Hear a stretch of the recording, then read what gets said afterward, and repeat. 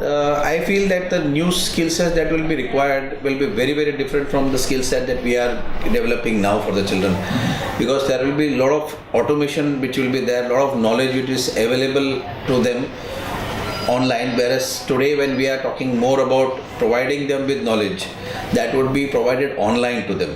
So the skill set would be more towards research and development, thinking in a different way, thinking out of the box. And that is the thing that would be required from the new generation, with because most of the work, manual, other routine work would be carried out by maybe the robots and these things, but whereas human work would be more of developmental, mental developmental thinking, research, looking into the future.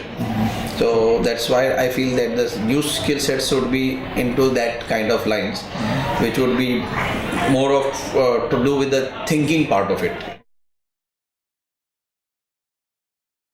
I think it is something which everybody develops on their own. Yes, sir. At present, it is not that something that is going to happen only in the future.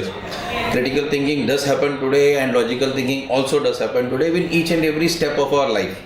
Only thing is that it is the matter of channelizing the whole thing and making them aware of that this is how you have to be thinking about a problem, about a solution, or come to a logical conclusion about it.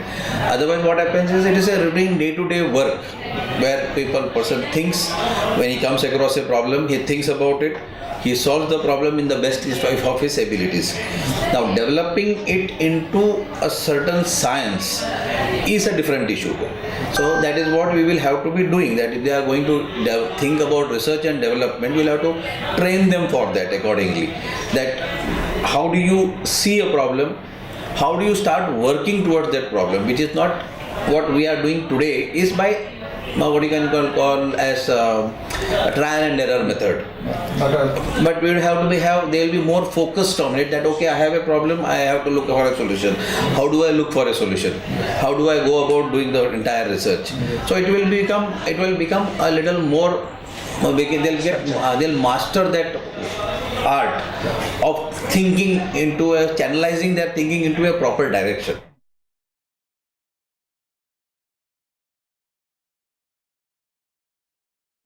I feel that children getting addicted to technology are losing on actually the interpersonal skills. So that is something the schools will have to now again have to take care of to a greater extent, because this is again something which we learn on our own.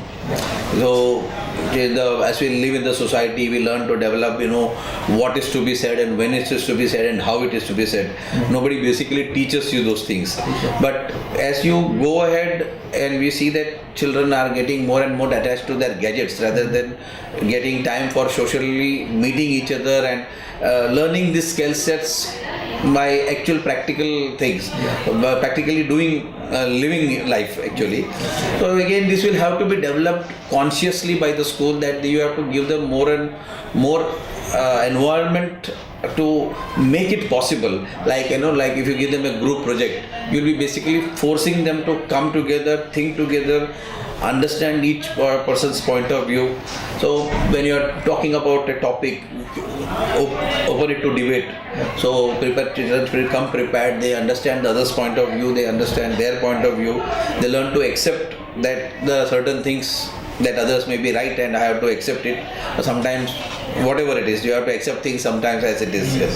So these are the interpersonal skills which will also have to be definitely done I think will have to be the onus would be on the school to do those things, because once they are out of the school, I think maybe everybody would go back to their gadgets.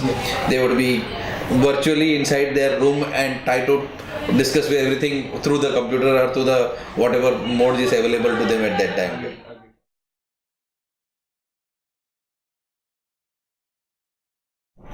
We are continuously in the process of telling our teachers and redoing our lesson plans in such a way that teachers start taking a back seat, telling them that you have to move from the teacher-oriented teaching to child-oriented learning.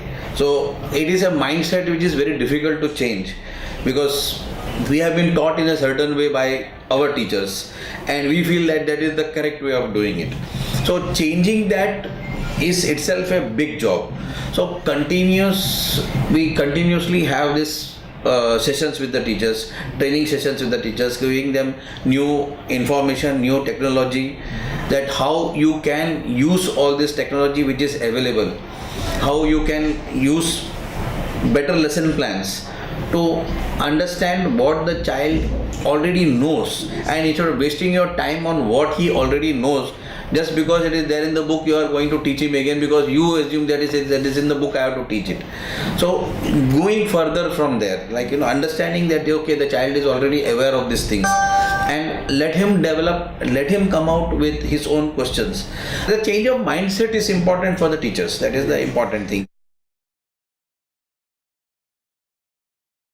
See, there are activities like they have got a science club, they have got a nature club, they have got this club. Yes, exactly. So those things keep on happening. Like they will be given, say, let us now something is going on in the science club where they are given the organic, no soil, only organic materials are given to see the development, how well the plants grow. Okay. If there is no soil, only using organic materials, compost materials which are used. Okay. You see how whether it is growing as good as it is growing in the soil. Or not. Is there sufficient nutrients available in that? Okay. So that is something beyond the classroom, right? Yes. So that those activities keep on. I think most of the schools are having those kinds of activities. Yes. Or you may enhance it, you may refine it, Yes. you may do give more emphasis on it. Yes. But it happens. Classroom, it doesn't happen that studies in the classroom and it is over. Yeah. Children go for competitions, children go for this. So it is you go for sports. Yes. So everywhere we tell them the same thing, that learn, see, observe, learn, and come back. You win, you don't win is not the question. Yes. Even if you are going for a competition, Yes. it's a learning process. Like something is somebody is doing better than you, somebody's the way they have presented or the way whatever it is, something there will be something good everywhere. Yes, exactly. So it is all, we call it as learning beyond the classroom as far as we are concerned. The changes are very, as I said, very, very specific to certain issues with the teaching methodologies. Because of numbers or because of whatever our examination system or something, there is a way in which that until that examination system doesn't go away, it will not go away. When we have to appear for an examination, when I have to prepare my child for a SSC examination, my parent is always worried about it. So whatever I tell them falls into deaf ears because they don't want to listen to my knowledge about things and education, my philosophy of education. They are concerned with what is my child's marks.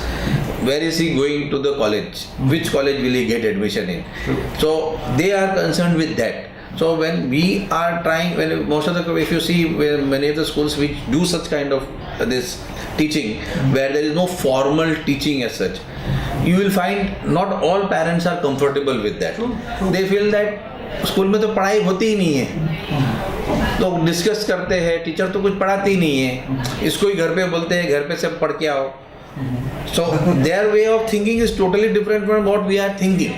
Because if I tell the child that teacher is not going to teach this topic, you come prepared, you ask the question, and we'll discuss, and that lesson is over. So that is what we are trying to do. But what the parent is thinking is totally, teacher को तो पढ़ाना ही नहीं है, वो तो आके आपसे बैठ जाती है. So that is the concept because of our examination system. So if I don't give a grade, it becomes difficult. Parent doesn't know what is the grade. Whereas research has shown that when we don't grade the child, but we only offer our positive and negative comments on it, learning is much better because there is no comparison.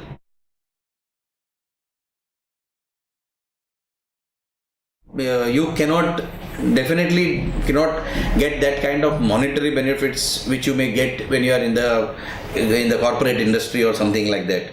But the sense of satisfaction which you get when we as teachers, as today also, our sense of satisfaction is when we go and meet our students or they come and meet us anywhere. The kind of love and respect that we get, that is the satisfaction for us. Monetary wise also it is not that bad now, but still you can't compare it to a financial analyst or a chartered accountant or some professions like that. It is nowhere into that. They still there are a lot of schools which pay a very good salary, and with the new international schools coming and all, if you are good, you will be paid well.